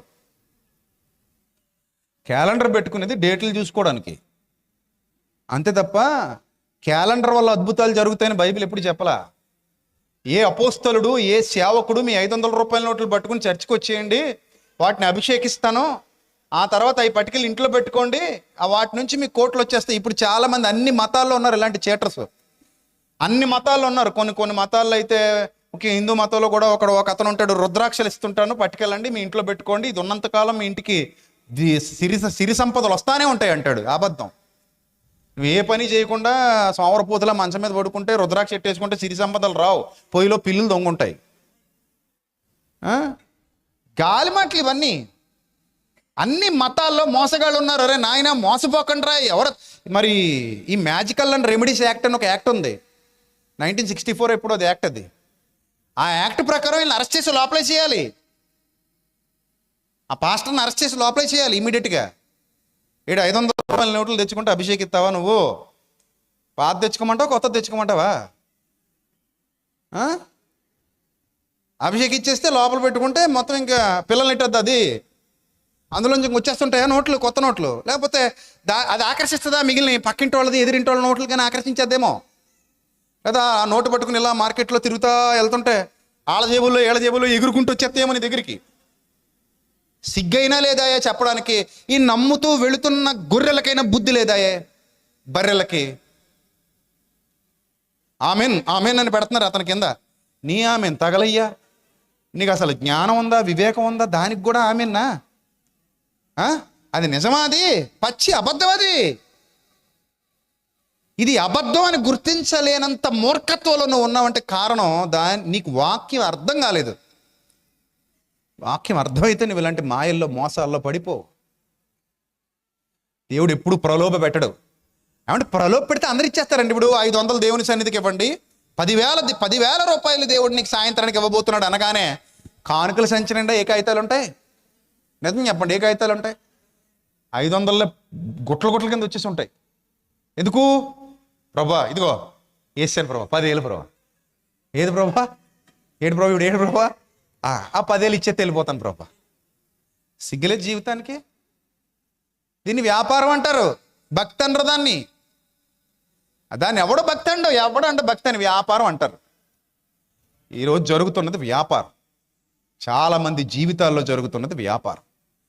చాలా చోట్ల జరుగుతున్నది వ్యాపారం. నువ్వు దేవుని సేవ అనగానే అది ఈ రకంగా చేయకూడదు, అది మంచి పద్ధతి కాదు. దేవుడు ఎప్పుడు అలా చేయలే. చూసారా మోషేతో ఏం చెప్పాడో? యెహోవా మోషేతో ఎలాగూ సెలవిచ్చాను, నాకు ప్రతిష్టార్పణ తీసుకొని రండని ఇశ్రాయేలుతో చెప్పు. నీ బాధ్యత అంతవరకే. ప్రతిష్టార్పణ తీసుకొని రండి, అంతవరకే మోషే పని చెప్పడమే. ఆ తర్వాత విన్నవాళ్ళు తీసుకుంటారు నిర్ణయాలు, అంతేనా? ఎప్పుడైనా సరే ఈ సెమినార్ వస్తుంది, ప్రతి వారం చెప్తాను, నాయన సెమినార్ రాబోతుంది, చాలా పెద్ద కార్యం మనం చేయబోతున్నాం, 1000 మందికి వాక్యం ప్రకటిస్తాం, 1000 మందికి భోజనం పెడతాం. సో మీరు దేవుని పని చేయండి, దేవుని సేవలో మీరు వాడబడండి, అంతవరకే. That is enough. అయిపోయింది అక్కడితో. అది విని నేను ఇంకా చెప్పనే లేదు. ఆల్రెడీ ఇతర దేశాల్లో ఉండే ఒక సోదరి తను ఆల్రెడీ పంపించింది కానుక, 28,000 రూపాయలు పంపించింది మన సెమినార్కి. నేను ఇంకా చెప్పనే లేదు. పంపించి బ్రదర్ నేను ఇలా పంపించాను. ఇంకా ఒక సోదరు అయితే 15,000 30,000 నాకు తెలీదు పంపించింది మొన్ననే. పంపించి బ్రదర్ మీరు ఇలా వాడండి. అక్కడ పని చేసుకోవడానికి వెళ్ళిన అక్క చెల్లెమ్మల వాళ్ళలో ఇప్పటికీ 3-2 స్పందించారు. నేను ఇంకా చెప్పలా. అంటే జనవరి రాబోతుంది, కార్యక్రమం జరుగుతుంది, ఖచ్చితంగా మనం దేవుని పనికి ఉపయోగపడాలన్న వాళ్ళ భావన వాళ్ళలో వచ్చింది కనుక నేను వాళ్ళ పేర్లు చెప్పట్లేదు, చెప్పడానికి కూడా వాళ్ళు ఇష్టపడరు. అందులో 2-3 ఇప్పటికే స్పందించారు. అన్న మీరు చెయ్యండి, మా వరకు మేము ఇక్కడ పని చేసుకుంటున్నాం, మీకు సాయం చేస్తాం అని చేశారు. అసలు నేను వాళ్ళకు ఫోన్ చేయలేదు, మెసేజ్ పెట్టలేదు, ఇప్పటి వరకు నేను అడగలేదు. కానీ అడగడం వేరు, చెప్పలేదు. చెప్పకపోయినా వాళ్ళలో దేవుడు పుట్టించిన ప్రేరణ అంటారు, బైబిల్లో చూపిస్తాను ఇప్పుడు దాన్ని మీకు. ఇది పద్ధతి. అలాగనే వచ్చిన దాన్ని తెచ్చిన దాన్ని నా సొంతానికో నీ సొంతానికో వాడుకోమనం. దాంతో ఏం చేస్తాం? దేవుని సేవ చేస్తాం, వేలాది మందికి సత్యాన్ని ప్రకటిస్తాం, వేలాది మందికి ఆత్మీయ అభివృద్ధిని కలిగిస్తాం, జ్ఞానాన్ని నేర్పిస్తాం, వివేకాన్ని నేర్పిస్తాం, ప్రయాసపడతాం, కష్టపడతాం, లక్షలాది మంది సత్యంలో నిలబడే రోజులు తీసుకొస్తాం. That is the real service, that is the real ministry. నీకు వచ్చేది ఇంకో రూపంలో వస్తుంది. నేను సభకి వెళ్ళాను, వచ్చాను, 30,000 రూపాయలు ఇచ్చారు నాకు కానుక. నాకు చాలదా అది? నీకు వచ్చేది దేవుడు ఇస్తాడు. అవతల వ్యక్తి ప్రేరేపించబడతాడు. మా అన్నయ్య అక్కడి నుంచి వచ్చాడు, పని కట్టుకుని ఇంత దూరం వచ్చాడు, కష్టపడ్డాడు, వాక్యం చెప్పాడు, మమ్మల్ని బలపరిచాడు, అనేకమైన అద్భుతమైన ప్రసంగాలు చేశాడు, సరే వెళ్ళనివ్వండి అని చెప్పి పంపిస్తారు వాళ్ళు. చాలు. నీకు నీ బ్రతుకులో నువ్వు నిజంగా సత్యానికి లోబడేవాడవు, సత్యానికి నిలబడేవాడవు, నిలబడేదానవు అయితే కంప్లీట్గా 100% నువ్వు ఏం చేసినా మనస్ఫూర్తిగా చేయి, ఆ వచ్చేది వస్తుంది. కానీ ఎవరిని ప్రలోభ పెట్టకూడదు, ఎవరిని బలవంత పెట్టకూడదు, ఎవరిని మోసం చేయకూడదు, మాయ చేయకూడదు. అది దరిద్రపు బుద్ధి, నీచమైన లక్షణాలవి. చీటింగ్ అంటారు దాన్ని. ఏమంటారు? చీటింగ్ అంటారు. అది పద్ధతి కాదది, న్యాయం కాదది, విధానం కాదది. That is called cheating. అలా చెయ్యకూడదు. చేసే అధికారం, అవకాశం దేవుడు ఎవరికి ఇవ్వలేదు. చదవండి, కిందకి చదవండి. మనఃపూర్వకముగా అర్పించు ప్రతి మనుష్యుని యొద్ద గాని తను తీసుకొనవలెను. మీరు వారి యొద్ద తీసుకొనవలసిన అర్పణలేవనగా బంగారు, వెండి, ఇత్తడి, నీల, ధూమ్ర, రక్తవర్ణములు, సన్నపునార, మేక వెంట్రుకలు, ఎరుపు రంగు వేసిన పొట్టేళ్ల తోళ్ళు, సముద్రవత్సల తోళ్ళు, తుమ్మకర్రలు, ప్రదీపమునకు తైలము, అభిషేక తైలమునకు పరిమళ ద్రవ్యముల, ధూపమునకు సుగంధ సంభారములు, లేత పచ్చలు, ఏఫోదు, పతకమునకు చెక్కు రత్నములు అనునవే. నేను వారిలో నివసించినట్లు వారు నాకు పరిశుద్ధ స్థలమును నిర్మింపవలెను. నేను నీకు కనపరచు విధముగా మందిరము యొక్క ఆ రూపమును, దాని ఉపకరణములన్నిటినీ రూపమును నిర్మింపవలెను అన్నాడు. అర్థమైందా? ఆ మందిరం యొక్క రూపాన్ని, దాని ఉపకరణాల రూపాన్ని నిర్మించండి, పరిశుద్ధ స్థలాన్ని తయారు చేయండి. ఆ పరిశుద్ధ స్థలానికి అవసరమైన ఉపకరణాల గురించి సంఘానికి చెప్పు. వాళ్ళలో ఎవరి దగ్గర తీసుకోమంటావు ప్రభు అంటే, మనఃపూర్వకముగా ఇచ్చే ప్రతి వాని దగ్గర దాన్ని తీసుకో. అంటే నువ్వు ఏం చేసినా ఎలా చెయ్యి, అది మనస్ఫూర్తిగా చేయాలి. బలవంతం ఉండకూడదు. అది మంచి అయినా ఏదైనా బలవంతంతో చేసేది మంచిది కాదది. నువ్వు మనస్ఫూర్తిగా చెయ్యి, హృదయపూర్వకంగా చెయ్యి, హృదయపూర్వకంగా చెయ్యి. That is important. అది నీ సామర్థ్యాన్ని బట్టి ఉంటుంది.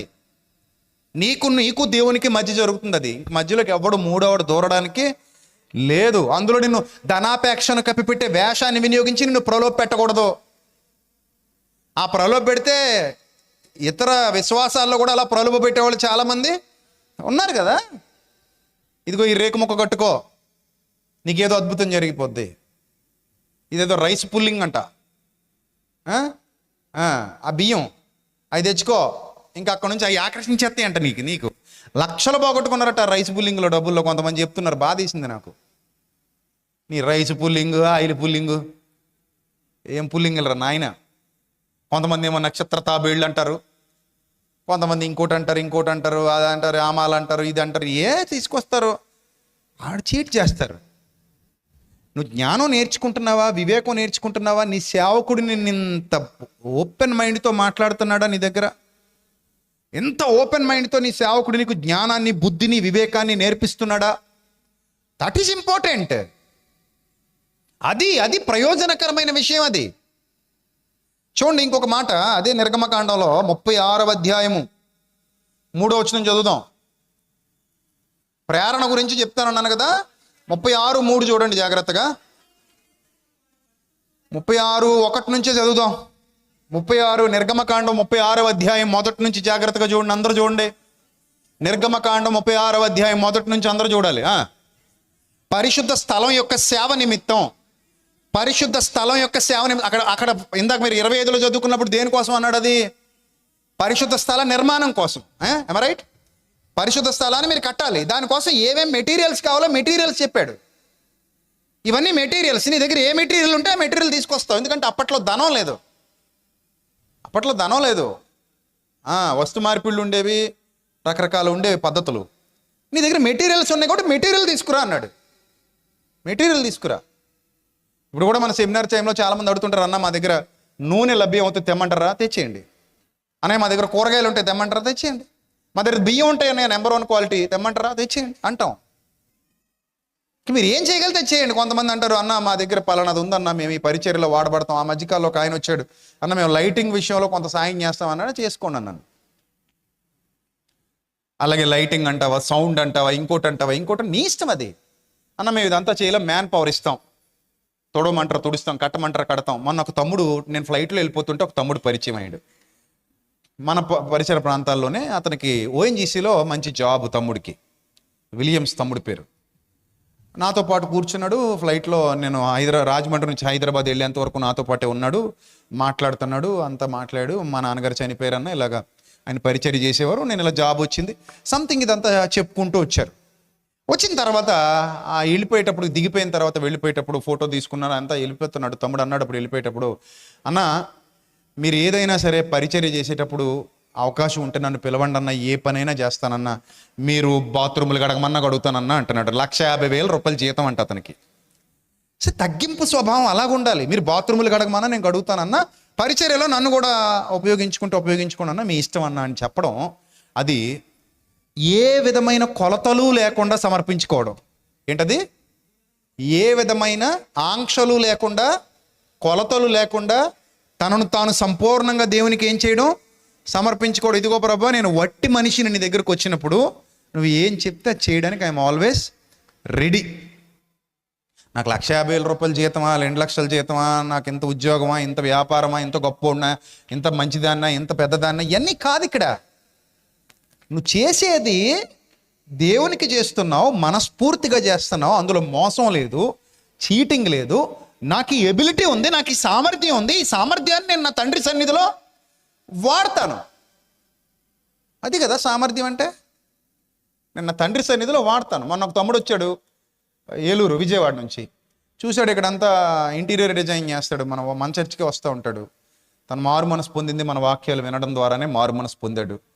వచ్చాడు, అన్నీ చూశాడు, చెప్పాడు, అన్న ఈ గోడ అంతా ఉంది కదన్నా, దీనికి నేను ఎప్పుడో అనుకున్నానన్న, ఏదో ఏంటన్నది యశరత్నం పేపర్ ఏదో చెప్పాడు, స్టిక్కర్స్ సంథింగ్ ఏదో చెప్పాడు, అది నేను మొత్తం చేపిద్దాం అనుకుంటున్నానన్నా, అది ఎప్పుడో అనుకున్నానన్నా నేను అన్నాడు. సరే తమ్ముడు నీ ఇష్టం అన్నాను. అది నేను అడగల, అతను ఏం చేస్తాడో కూడా నాకు తెలీదు, ఆ విషయం కూడా నాకు తెలీదు.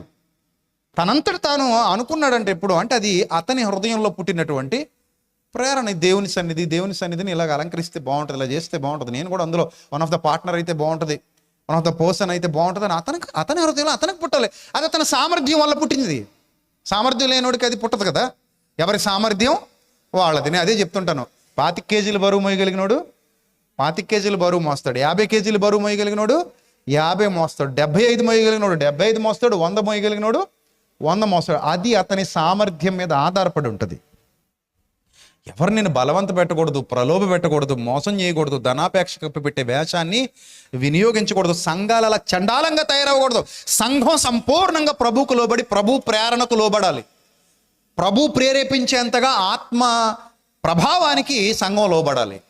అది సంఘానికి ఉండాల్సినటువంటి లక్షణం. చదవండి, నా మాట చదవండి. పరిశుద్ధ స్థలం యొక్క సేవ నిమిత్తము అన్నాడు. పరిశుద్ధ స్థలం యొక్క సేవ నిమిత్తము ప్రతి విధమైన పని చేయ తెలుసుకొనుటకై యెహోవా ఎవరికి ప్రజ్ఞా వివేకములు కలుగజేసెనో అట్టి బెసలేలును అహోలియాబును మొదలైన ప్రజ్ఞావంతులందరూ యెహోవా ఆజ్ఞాపించినంతటి చొప్పున చేయుదురనెను. చూసారా, ప్రజ్ఞావంతులట వాళ్ళు.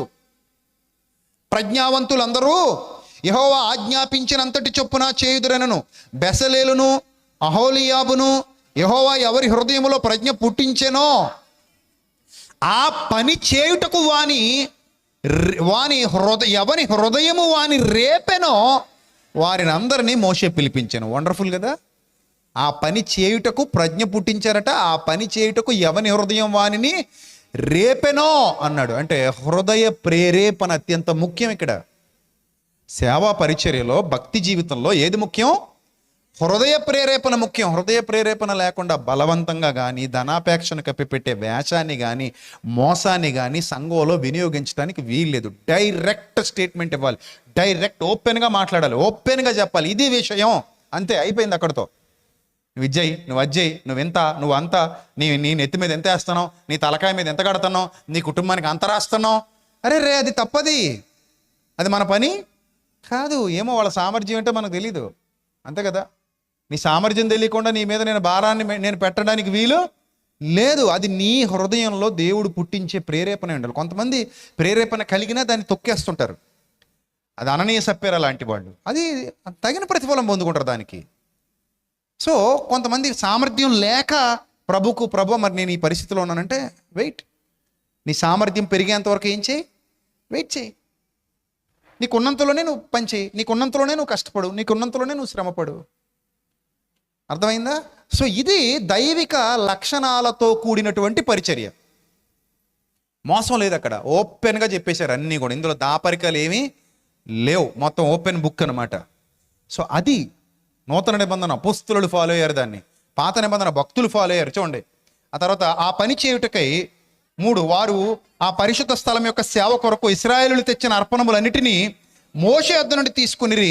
అయినను ఇశ్రాయేలులు ఇంకా ప్రతి ఉదయం మనఃపూర్వకముగా అర్పణములు అతని యొద్దకు తెచ్చుచుండిరి. చూసారా ఎంతవరకునట? మనఃపూర్వకముగా. మన సెమినార్కి నువ్వు ఈ ఆయిల్ డబ్బాలు రొట్ట శ్రీని గారు వాళ్ళ ఫాదర్ ప్రొవైడ్ చేశారు. అది ఎన్నో నాకు గుర్తులేదు కానీ ఇచ్చారు. ఇచ్చిన తర్వాత మరొక ఆయన ఫోన్ చేశాడు, సార్ మేము ఇంకొక 50 ఆయిల్ డబ్బాలు తెద్దామంటున్నాం. ఏం చేసుకుంటాం నాయన? వద్దన్నాం. ఇంక వద్దు బాబు, మాకు ఆల్రెడీ ఆయిల్ డబ్బాలు కావాల్సినన్ని వచ్చేసినాయి, ఇంక నువ్వు తేవడానికి మాకు వద్దు అంటే నేను కూడా డీలర్ని సార్ పలానా ఈ నెక్స్ట్ టైం చూద్దాంలే, ఇప్పుడైతే మాకు అవ్వదు, ఆల్రెడీ ఒక సహోదరుడు ఇచ్చేశారు, ఇంకా మాకు వద్దు అని చెప్పాం. అది అవసరం లేదు, వేరే ఏదైనా కావాలంటే చూసుకో. అలా కాదు సార్, నేను ఇదే చేస్తాను సార్ అన్నాడు. అయితే ఇంక ఈ సంవత్సరానికి ఆగిపోన్నాను. మరి నేను ఇదే చేస్తే ఈ సంవత్సరానికి ఆగిపో, వచ్చే సంవత్సరం చూసుకో. కానీ ఇప్పుడు మేము అన్ని డబ్బాలు తెచ్చుకుని మేమేం చేసుకోవాలి?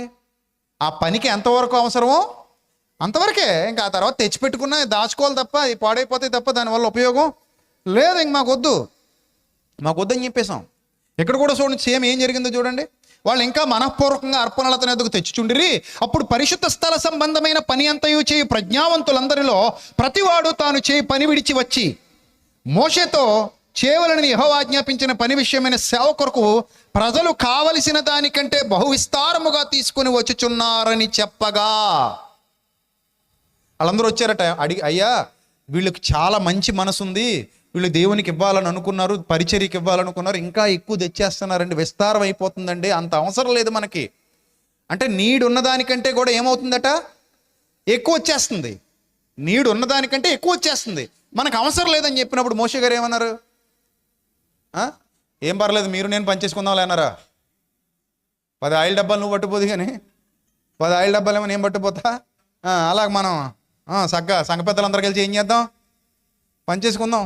సురేష్ గారు 4 డబ్బాలు, ఈర్రాజు గారు 2 డబ్బాలు, సీన్ గారు 3 డబ్బాలు, అలా పనిచేసుకోండి అంతే అని ఏమన్నా అన్నాడా? నాకు 10 డబ్బాలు. మరి ఏమన్నాడు? మోషే పరిశుద్ధ స్థలమునకు ఏ పురుషుడైనా ఏ స్త్రీ అయినా ఇక మీదట ఏ అర్పణ తేవద్దని ఆజ్ఞాపించెను గనుక పాళెమంతటా ఆ మాట చాటించిరి. ఆ పని అంతయు చేయనట్లు దాని కొరకు వారు తెచ్చిన సామాగ్రి సరిపోయింది, అది అత్యధికమైంది గనుక ప్రజలు తీసుకురావడం మానిరి. ఎంత అద్భుతమైన పరిచర్య అండి ఇది, ఎంత అద్భుతమైన పరిచర్య. ఇంక చాలు, ఆపేయండ్రి నాయన, సరిపోద్దని చెప్పడం. పీతలాగా పీల్చేయకుండా అయిపోయింది, ఇంకా చాలు, ఎందుకు ఇంకా వేస్ట్ కదా, మనకి ఎంతవరకు అవసరమో దేవుడు అంతవరకు అందరినీ ప్రేరేపించాడు. వాళ్ళందరూ తెచ్చేశారు, ముందు వచ్చిన వాళ్ళందరూ ఇచ్చేశారు, వెనక వచ్చిన వాళ్ళు ఇంకొద్దని చెప్పేశారు, ఇంక మీరు వెళ్ళిపోండి అన్నారు. తేకండి, ఇంకా ఆపేయండి, ఇంకా మీది అవసరం లేదు ఇంకా అని చెప్పేశారు. సో మనం మనఃపూర్వకముగా చేసే పరిచర్య ఈ రీతిగా ఉంటుంది. ఇందులో బలవంతం ఉండడానికి వీలు లేదు, కానీ బాధ్యత ఉంది. ఆ బాధ్యతలో కూడా దేవుడు మనకి స్వేచ్ఛనిచ్చాడు.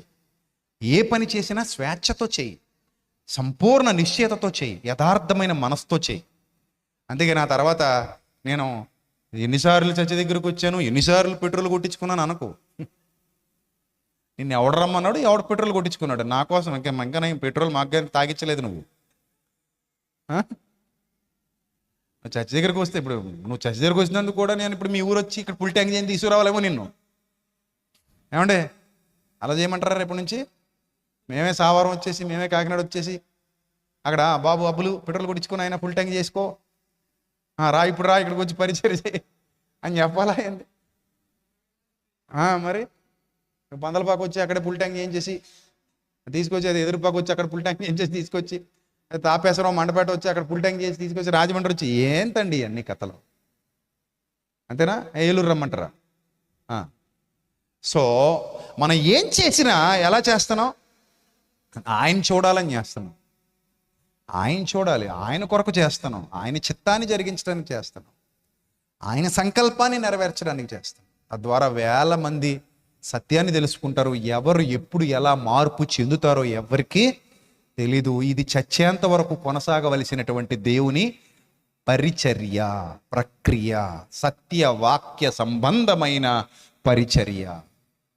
ఈ సత్యమునకు విధేయులైన వారందరూ ధన్యులు. ఆ సత్యములో పాలిభాగస్థులైన ప్రతి కుటుంబము ధన్యమైనది, ఆశీర్వాదమునకు పాత్రమైనది. అది దేవుని వలన మనకు లభించేది. మనం ఇతరులకు మంచి చేయడానికి నిర్ణయింపబడ్డాం కాబట్టి మంచే చేద్దాం, ఎవరికి చెడు చేయొద్దు. మంచి ప్రకటించడానికి నిర్ణయింపబడ్డాం కాబట్టి మంచే ప్రకటిద్దాం, ఎవరికి అసత్యాన్ని ప్రకటించొద్దు. జ్ఞానం కలిగి వ్యవహరిద్దాం, వివేకం కలిగి వ్యవహరిద్దాం. మరిన్ని సంగతులు ప్రభు పాద సన్నిధిలో నేర్చుకున్నందుకు కృతజ్ఞతాస్తుతులు చెల్లిస్తూ మనం విధేయత కలిగి ఉందాం. వచ్చే వారం మరిన్ని విషయాలు నేర్చుకుందాం. ఈ వారం అంతా జరగబోతున్న మీటింగ్స్ వివరాలు మీకు సింపుల్గా చెప్పడం జరుగుతుంది. రేపు ఎల్లుండి అనగా 19, 20 రేపు ఎల్లుండి అంటే 17, 18 రాజమండ్రిలో సభలు జరగబోతున్నాయి. ఆ వివరాలన్నీ మీకు స్క్రీన్ మీద కనబడుతున్నాయి. నెక్స్ట్ 19వ తేదీ దామిరెడ్డిపల్లిలో సభలు జరగబోతున్నాయి. ఆ వివరాలన్నీ మీకు స్క్రీన్ మీద కనబడుతున్నాయి. నెక్స్ట్ 20, 21 మండపేటలో సభలు జరగబోతున్నాయి. ఆ వివరాలన్నీ మీకు స్క్రీన్ మీద కనబడుతున్నాయి. నెక్స్ట్ 22వ తేదీ కడియపు లంకలో సభ జరగబోతోంది. ఆ వివరాలన్నీ కూడా మీకు స్క్రీన్ మీద కనబడుతున్నాయి. నెక్స్ట్ 24, 25 చాగల్లులో మీటింగ్స్ జరగబోతున్నాయి. ఆ వివరాలు మీకు కనబడుతున్నాయి. తర్వాత 28వ తేదీ సీతానగరంలో జరగబోతోంది. 1, 2 తేదీల్లో అనంతపురం జిల్లా రాయదుర్గంలో జరగబోతోంది. తర్వాత ఇంకా చాలా ఉన్నాయి మీటింగ్స్, అవన్నీ చెప్పడానికి వీలు పడదు. నరసాపురం ఉంది, విరవాడ ఉంది, ఇంకా చాలా ఉన్నాయి. రాచర్ల, కొడమంచిలి. నెక్స్ట్ అబుదాబీకి వెళ్ళబోతున్నాను ఈ సంవత్సరం. 20వ తేదీ అనుకుంటాను అబుదాబీలో క్రిస్మస్ వేడుకలు జరగబోతున్నాయి దుబాయ్లో. అలాగే కువైట్ కూడా వెళ్ళబోతున్నాను మరలా ఈ సంవత్సరం డిసెంబర్లో. కువైట్లో కూడా క్రిస్మస్ కార్యక్రమాల్లో పాల్గొనబోతున్నాను. సో ఈ సంవత్సరం అంతా కూడా ఇలా ఉంటుంది. నెక్స్ట్ ఇండియాకి రాగానే సెమినార్లో పడతాను.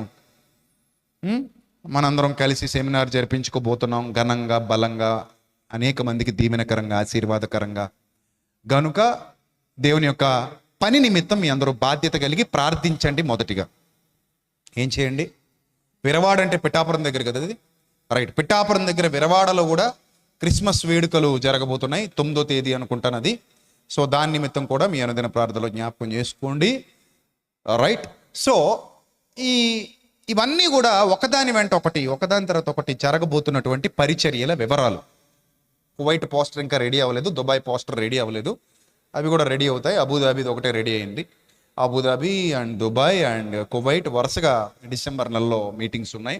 సో ఇలా ప్రతిరోజు రాత్రి వచ్చాను నేను కర్నూలు నుంచి, నైట్ వచ్చాను కర్నూలు నుంచి. నేను కర్నూలులో కూడా ఈ వారంలో మీటింగ్స్ జరిగాయి. సో జరగబోతున్న ప్రతి పరిచర్య ప్రభువుదు గనుక ప్రభు పరిచర్య కొరకు మీరు ప్రార్థించండి, బలంగా పనిచేయండి, మనస్ఫూర్తిగా చేయండి, మనఃపూర్వకంగా ఇవ్వండి, కష్టపడండి, శ్రమపడండి, దేవుని యొక్క దీవెన పొందండి. ఇందులో బలవంతం లేదు, ఎవరిని ప్రలోభ పెట్టేది లేదు, ఎవరిని ఇబ్బంది పెట్టేది లేదు. నేను రాను, ఈ పని నేను చేయను అంటే నిన్ను బలవంతంగా కాలర్ పట్టుకుని తీసుకొచ్చేది కూడా లేదు. అది ఎప్పుడు ఉండదు, అది ఉండదు, చెయ్యం కూడా. అది మన పని కాదు. కనుక ప్రతి ఒక్కరూ నమ్మకస్తులుగా, యథార్థవంతులుగా, చెప్పకుండానే మీ అంతటా మీరు నిర్ణయించుకొని ప్రభు వలన ప్రేరేపించబడి ఇది దేవుని పరిచర్య అని చేయడానికి ముందుకొచ్చే పిల్లలుగా మీరు అందరూ ఉండాలని మనస్ఫూర్తిగా మీ అందరికీ తెలియజేస్తూ నా మాటలు ముగిస్తున్నాను. తలలు వంచండి, చిన్న ప్రార్థన చేద్దాం. మహాపరిశుద్ధుడైన మా కన్న తండ్రి, మహోన్నతుడ, దయగల దేవ, కృపగల ప్రభువా, మీ పవిత్ర నామానికి స్తుతులు, స్తోత్రాలు చెల్లిస్తున్నాం. తండ్రి, జరగబోతున్న పరిచర్య అంతటిని మీరే ఘనంగా జరిపించండి. మీ నామానికి మహిమకరంగా మమ్మల్ని అందరినీ వాడుకోండి. మీ సేవలో మమ్మల్ని బలపరచండి, మీ కృపలో భద్రపరచండి, మీ శక్తితో బలముతో అభిషేకించండి. ప్రభువా, నశించిపోతున్న ఆత్మలు ఎందరో ఉన్నారు ప్రభువా, వారిని సత్యమందు ప్రతిష్ఠ చేయుటకు, ప్రభువా మీ యొక్క వాక్యము సత్యము చేత వారిని అలంకరించుటకు మీ కుమారులుగా మమ్మల్ని బలపరచమని, స్థిరపరచమని, వచ్చినటువంటి బిడ్డలందరినీ దీవించి ఆశీర్వదించమని, ఘనత, మహిమ, ప్రభావములు మీకు మాత్రమే ఆరోపిస్తూ మాతో పాటుగా ఈ పరిచర్యలో కలిసి కష్టపడుతున్న బిడ్డలందరినీ మీరు దీవించమని వేడుకుంటూ, బలపరచమని వేడుకుంటూ, మీ కృపతో స్థిరపరచమని వేడుకుంటూ, మీ కృపా బాహుల్యం చొప్పున ప్రభా వారి కుటుంబాలను బలపరచమని వేడుకుంటూ, అలాగే విదేశాలలో ఉంటూ ప్రభా అక్క చెల్లెమ్మలు ఎవరైతే ప్రభా మీ పరిచర్యకు సహకారాన్ని అందించారో వారిని, వారి కుటుంబాలని, అన్నదమ్ములు ఎవరైతే ఉన్నారో వారిని, వారి కుటుంబాలను కూడా జ్ఞాపకం చేసుకోండి. మీ నామమును మహిమపరిచే విధంగా మమ్మల్ని బలపరచండి, మీ కృపల భద్రపరచండి. సమస్త విషయాల్లో మీ తోడు మాకు అనుగ్రహించమని వేడుకుంటూ, ఘనత, మహిమ, ప్రభావములు మీకు మాత్రమే చెల్లిస్తూ, యేసుక్రీస్తు ప్రభు వారి దివ్యనామల్ని ప్రార్థన మనవులు సమర్పించి మీ వద్ద నుండి తిరిగి బలమైన పరలోకపు జవాబు పొందుకుంటున్నాం మా కన్న తండ్రి. ఆమేన్. ఆమేన్. అందరికీ వందనాలు. May Lord bless you all. Love you all. God bless you.